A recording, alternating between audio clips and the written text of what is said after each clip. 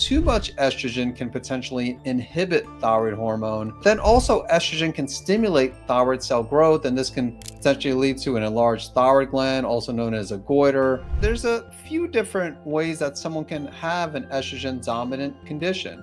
So one is obviously through too much estrogen, and especially synthetic estrogens. So oral contraceptives, exposure to plastics, there's microplastics everywhere. A second way is by having too little progesterone. So even if you have normal estrogen levels but low progesterone, that's considered a state of estrogen dominance. And then a third way is by having problems with estrogen metabolism. Hey, this is Dr. Eric, and in this Q&A episode, I am going to answer the question, how can estrogen dominance be addressed? I want to talk about the relationship between estrogen dominance and the gut, as you really do need a healthy gut to detoxify the estrogens. You also need a healthy liver as well. We need proper glutathione, like healthy glutathione levels. Glutathione is the master antioxidant that plays an important role in detoxification, important for estrogen metabolism. There are genetics that affect estrogen metabolism as well. So how can you address estrogen dominance? I want to now talk about the relationship between estrogen dominance and the gut, as you really do need a healthy gut to detoxify the estrogens. You also need a healthy liver as well. And when talk about the liver, we need proper glutathione, like healthy glutathione levels. Glutathione is the master antioxidant that plays an important role in detoxification. Methylation, also important for detoxification. So healthy glutathione levels, healthy methylation, important for estrogen metabolism. And then I want to mention, when it comes to the gut, there's a marker called beta-glucuronidase. And so you could get this tested on some comprehensive stool tests, such as a GI map or GIFX. And when you have an elevated beta-glucuronidase, this may indicate intestinal dysbiosis or an imbalance in the gut flora. And so high levels of this enzyme typically relate to impairment of what's called the glucuronidation pathway. And this is responsible for the detoxification and elimination of estrogens as well. So we got glucuronidation, glutathione, methylation. These are all components of phase 2 detoxification.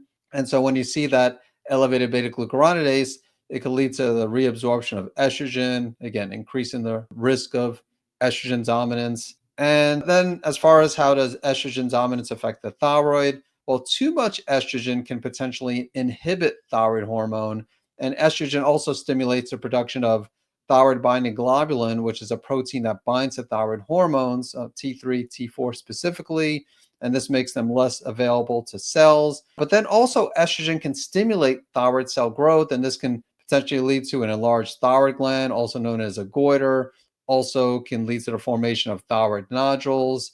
So again, another reason why you want to have healthy levels of estrogen. You don't want to have problems with estrogen metabolism. So how can you address estrogen dominance? If you are looking to do everything you can to save your thyroid, in addition to watching my videos on YouTube, you also might want to subscribe to my free online newsletter, which is called Healthy Gut, Healthy Thyroid. Not only will you get the latest news on how to heal your gut and restore your thyroid health, but during each edition, I'll demonstrate a different blood or functional medicine test marker that relates to healing your gut and or your thyroid. There will also be an Ask Dr. Eric section where not only can you see questions that other people have asked related to gut and thyroid health, but you can also submit a question for me to answer in a future edition. To subscribe to the Healthy Gut, Healthy Thyroid newsletter, please visit savemythyroid.com/newsletter. So one way is to minimize exposure to synthetic sources of estrogens. Again, the microplastics, other sources of plastics, oral contraceptives. Getting back to the plastics, we're not going to completely eliminate our exposure to plastics, but we can do things to minimize our exposure, especially not drinking out of plastic water bottles, at least not on a day in, day out basis. Number two, we could support estrogen metabolism by eating certain foods like cruciferous vegetables, broccoli, Brussels sprouts. Also, broccoli sprouts really good for supporting estrogen metabolism. Supplementation, there's a time for supplementation.